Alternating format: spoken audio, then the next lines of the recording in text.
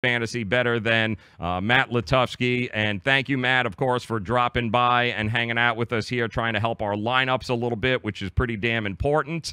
And I got to tell you, Matt, it was an interesting week last week, fantasy-wise. Again, I know a lot of people that rode that Fitzpatrick train once again heading into Monday nights, and it ended up putting them over the top, for the week there because they went with it, and I know other people are kicking themselves because they ended up leaving Matt Ryan on the bench over there. Was there any big surprises to you last week that you go, wow, I didn't see that coming? Oh, I mean, I think it's easily Kenyon Drake. Oh. I mean, 5 carries, 3 yards. Come on. What's going on? And he's facing, the worst run defense in the league based on yards per carry. That one shocked me. And, now we're sitting here going into week 4, and anyone who drafted Drake second, third round hates him, absolutely doesn't want to play him no matter what. Now I'm sitting here going, you know what? I think he bounces back, but no one trusts me. No one wants to believe me.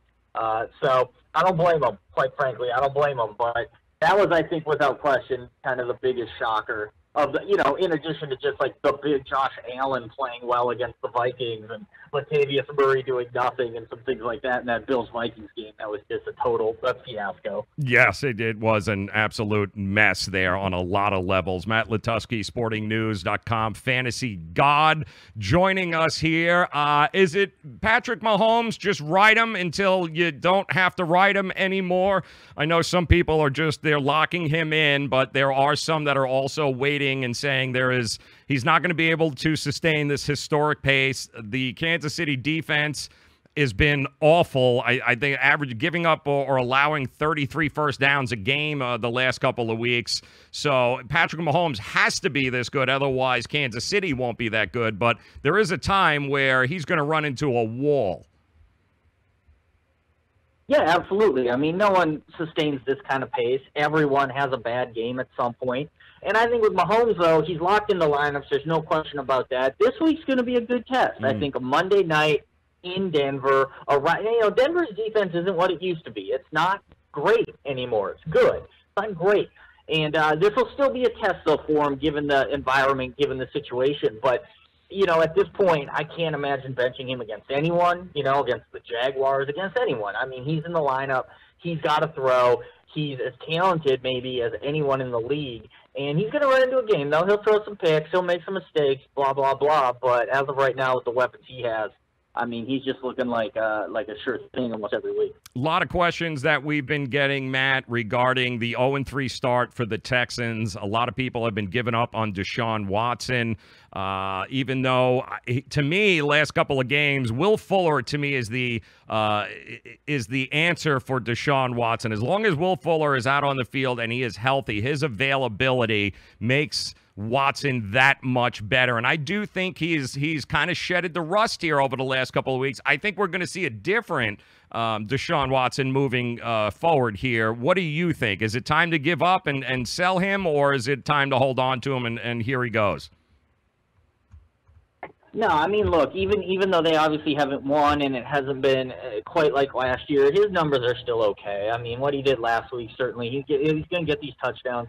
I mean, obviously, he's kind of got the Russell Wilson thing where he's being hampered by a poor offensive line. That's not good. I don't know if it's going to get better, but I think for fantasy purposes, he's still going to put up numbers. He's got 2 stud receivers and some pretty good receiving backs that I think helps his cause. And we haven't even seen him really break out the legs yet and put up rushing totals. So I'm fine with Deshaun Watson. He's definitely not a guy I'm looking to sell. I might snip around, actually, if the Watson owner is looking to sell, see if I can get him for cheap. But, yeah, I think he's going to be good. What about, and this was it was not many people talked about this, but I thought it was very telling at the end of the Indianapolis game where their idea of a Hail Mary was take Andrew Luck off the field and put in Jacoby Brissett. Should that send red flags to Andrew Luck owners that, wait a minute, they had plenty of time to get that ball downfield, and instead of having him throw it downfield, they kept throwing these 5-yard outs. Do you think that's a warning flag for Andrew Luck owners? Well, I mean, it was definitely emasculating for Andrew Luck. I felt bad. I mean, it's one thing to do that to Case Keenum, right? Be like, hey, we're pulling you for the big arm backup. But Andrew, I mean, I don't know. That was a sad moment, I think, for all of us watching. But, you know, I think, I mean, yes, it's tied into the fact that his yards per attempt was like 4.1 in that game. He can't make all the throws. Like, I think that's pretty obvious. They said in the preseason, his fastball is not quite there. I think it still isn't. He's been okay. T.Y. Hilton's made some big plays. He's got, you know, his tight ends have caught some touchdowns. I don't think it's all over for Andrew Luck by any means. But in terms of that high upside, explosive starter that so many people have at quarterback with the likes of Mahomes and some other guys, I don't know if he's that guy. I think he's okay. He's fine. He'll get you 200 and a couple touchdowns. Some games more. Some games only one touchdown. But, yeah, to me, he's right on that bubble every week.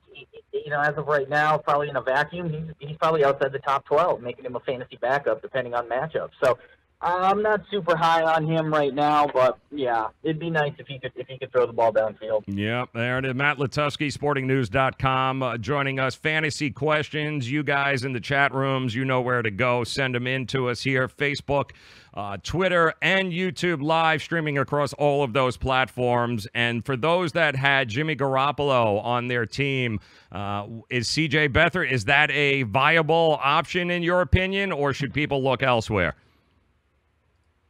I mean, I can't imagine he will be. I mean, he was bad last year. We saw it. It's just, this is one of those things where that happens, and you know, you just write off Garoppolo, fine, drop him, moving on. But it's the fallout, right? It's the Marquise Goodwin that everyone loved before the year, and you worry about him. You know, with Kittle as a tight end, him and Beathard were teammates in college, and we always liked that narrative. It was the Andrew Luck to Kobe Fleener we heard about every year. So I don't know if that's real or not, but I think it hurts Kittle's value. The one guy I think it really helps, though, is Matt Breida, who's already tied for the league lead in rushing, even though he's not getting a ton of touches. And in Beathard's time last year, which was, I don't know, 7 games, you know, give or take, he threw to running back 76 times. Like, this guy loves to check down. And, you know, Alfred Morris is not a great pass-catching back, so I actually think it hurts the 49ers offense. There'll probably be more guys in the box to stop that running game, but I think Breida could really start doing some damage as a receiver.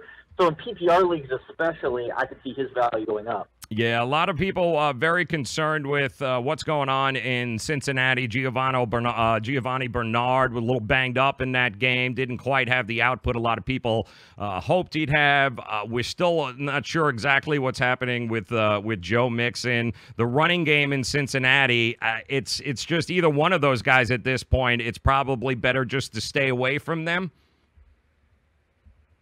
Well, you know, this week anyway, especially if Mixon is out, I like Bernard this week just because he's facing a Falcons team that the past 2 weeks have allowed 25 receptions to Christian McCaffrey and Alvin Kamara.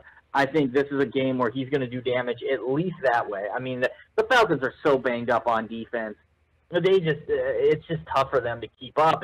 And Bernard, we know he can catch the ball out of the backfield. So I still like him this week. But if Mixon comes back, that just complicates everything.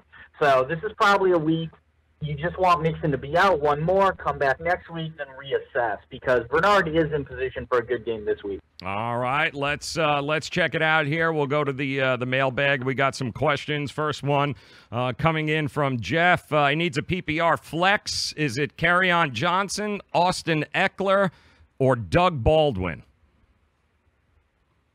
You know, obviously Baldwin might not play. I'm still skeptical. I think between those backs, it's Johnson. And Dallas is just a different defense when Sean Lee is out, without question. Like, I'm not sold on Johnson just because of last week by any means. LeGarrette Blount's still there. He'll still get the goal line carries.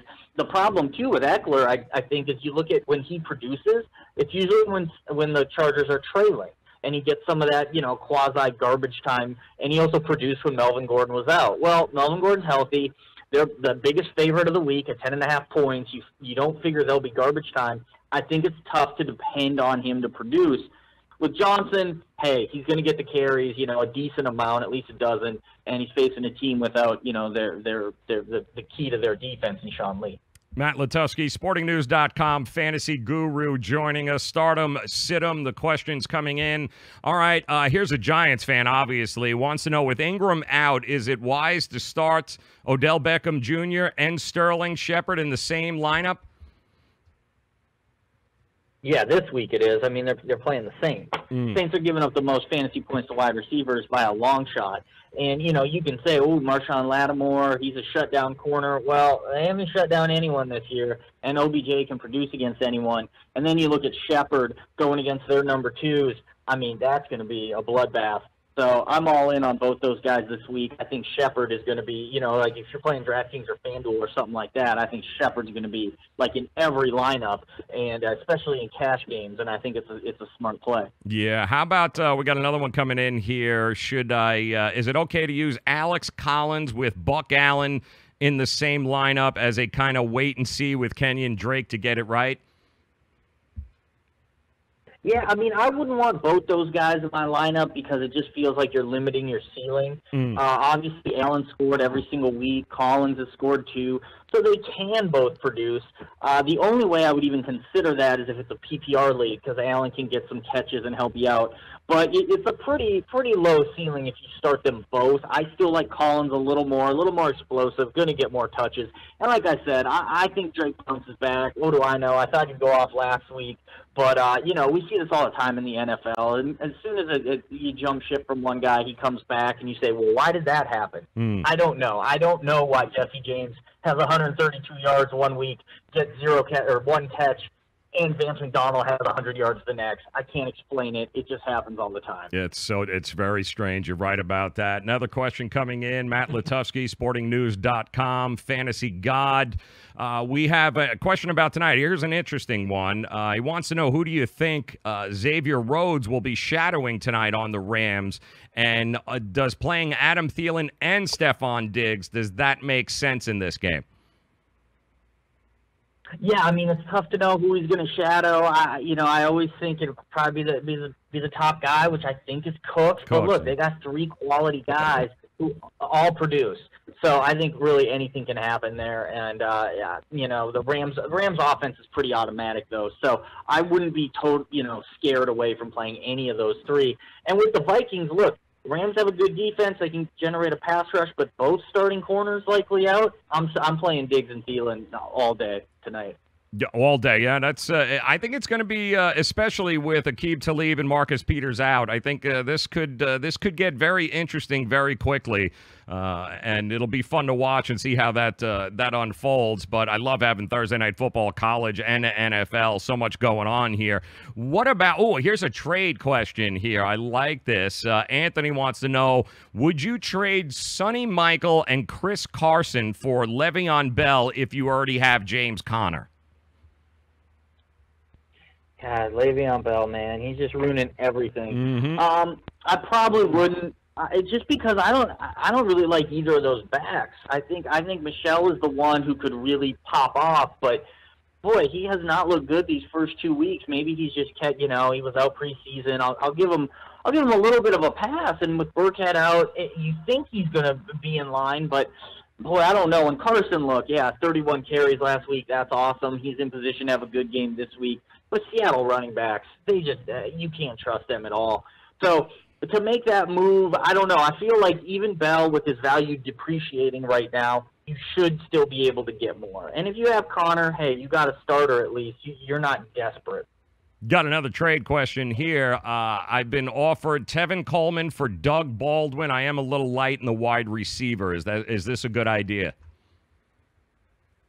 Yeah, absolutely. I mean, I would take Baldwin. Look, he's an injury risk. I get that. But, I mean, Freeman's going to be back soon, and then Coleman's value plummets. And Freeman could get hurt again, and Coleman could be good. But I just think right there, you take the guy who's a number one receiver versus the running back who could be, getting 10 touches next week. So, yeah, I would go with Baldwin there. And we've got Tommy's coming in, wants to know PPR league running back, James White or Alex Collins? Yeah, that's a tough one because White always seems to get his no matter what the Patriots do. No, Burkhead helps him. But I do like Collins. Again, another guy I totally get why people are nervous about him. But you look at the Steelers, they've only allowed one rushing touchdown to a running back this year, but they're allowing 4.6 yards per carry. I think you can run on them if a team's committed to it. Baltimore's weird. Again, you never know what they're going to do with their backs, but I think I kind of like Collins this week. And PPR league, sure, you take White there, higher floor, but I think Collins has the higher ceiling. And interesting here, half PPR league, should I continue to stash Ronald Jones III? I mean, eventually he's going to. Peyton Barber's done nothing. Nothing, right? He's shown nothing, and I think he's going to get stuffed again this week against the Bears. Then they have a bye. It's only a matter of time before they have to play. As much as that coaching staff doesn't like him, it just seems like a matter of time. But look, the buys are here. You're going to need that roster spot, so it really comes down to that. I mean, if you just don't have the space, I don't think you should beat yourself up for dropping them. But I would try to hold on to him as long as possible. All right, and is there a must start for you this week on daily fantasy? If is there somebody in there maybe won't be owned by 95% of the games? Somebody you're looking at that you think might be a solid play? I mean, obviously, like I said, Shepard, but he is going to be highly owned. I'm just trying to think for my own lineups I put in because there's certainly guys. It's funny when you see like what happened with the Falcons last week, the receivers. I think there's a tendency for people to go overboard on Ridley and underboard on like Julio Jones. Yeah. So he'll still be fairly highly owned. He's obviously very expensive, but I think this is an opportunity to get in on him at possibly his lowest ownership, and it's a favorable matchup there at home. So, I would look at some opportunities like that. I mean, you could even argue the same thing about Antonio Brown with the way Juju Smith-Schuster's playing. So, yeah, there's definitely some good opportunities for people in those situations. And I like Andy Dalton a lot this week, too. Ooh. I think that Falcons defense is garbage, and he'll keep throwing. The Red Rocket, man. Keep him in mind. So that's why we love bringing you on. Matt Latufsky, sportingnews.com. Nobody does fantasy better than him. Make sure you follow him. Twitter, M. Latufsky, Sporting News. Great articles all week long if you need some help with your fantasy team. He is definitely a guy to turn to. And, of course, he joins us every Thursday at 5 o'clock. So, Matt, appreciate the time, my friend. Good luck this weekend. Hope you win your leagues there, and then we'll talk again next Thursday. All right, sounds good. Appreciate it. Matt Latufsky, sportingnews.com. Always great stuff whenever you have a chance to talk